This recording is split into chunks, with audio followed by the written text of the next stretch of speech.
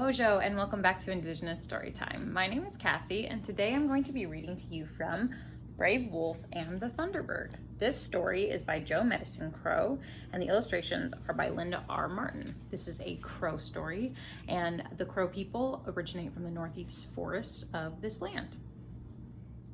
Let's get started. One day, a man named Brave Wolf went hunting in the hills. He did not return for several weeks, and when he did come back to camp, he told his family and friends what had happened to him while he was gone.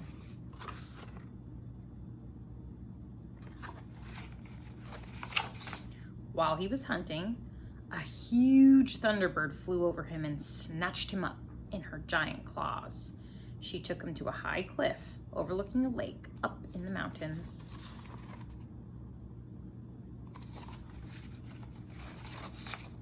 There, on the cliff, was a nest with 2 chicks, just beginning to get big. The mother Thunderbird said to Brave Wolf, "I have brought you up here for a purpose. In the spring, when my young ones are just about so big, a monster comes out of the water in that lake down there and climbs up this cliff to eat my little ones. It's been doing that for quite a while. I've tried everything to stop that monster. I've hit it with my lightning, but I can't stop it. So now I have brought you, a human being, to come help me." "All right," said Brave Wolf. "Let me think about it and see what I can do."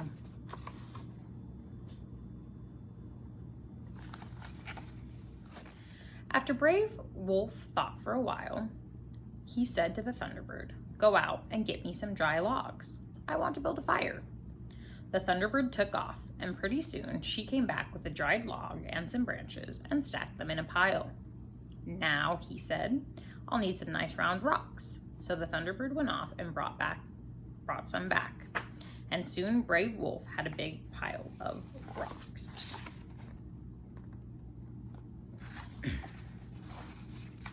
Next, Brave Wolf said, "I will need you to kill a large buffalo and bring it here."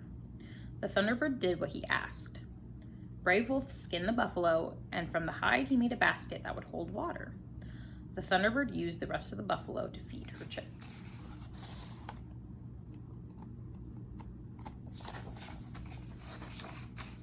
"All right," Brave Wolf said, "I'll need some water. Let me know when you think the monster is going to rise out of the lake. That's when I'll need the water."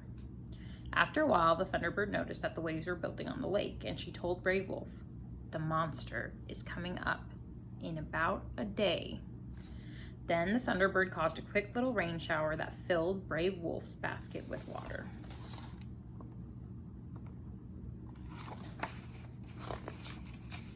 Brave Wolf built a fire right near the edge of the cliff, just where the monster would come up, and he heated the rocks in the fire.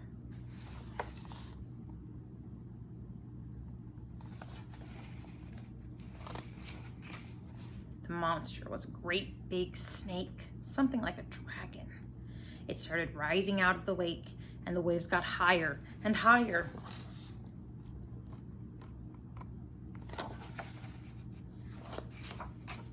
When the monster started climbing the cliff, the Thunderbird flew down and struck it with lightning, but she couldn't stop it.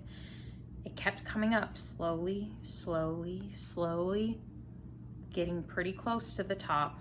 And when it got to the top, the monster opened its mouth.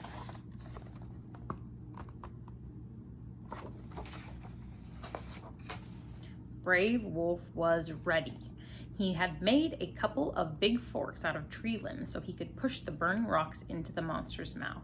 He kept throwing in those red-hot rocks, and when the monster had swallowed them all, the Brave Wolf poured the water from his basket into its mouth.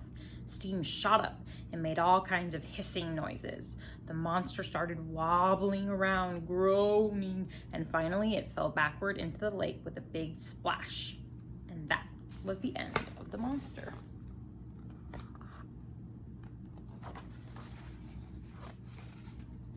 The Thunderbird invited all the birds of the country to come have a big feast. They came and ate the monster, ate it all up, and then the Thunderbird carried Brave Wolf back home.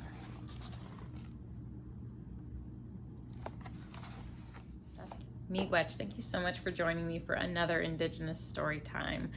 Please subscribe to my channel. Please like this video. Please email me in the email below if you have any suggestions for great books to read, and I'll see you next time. Bye-bye.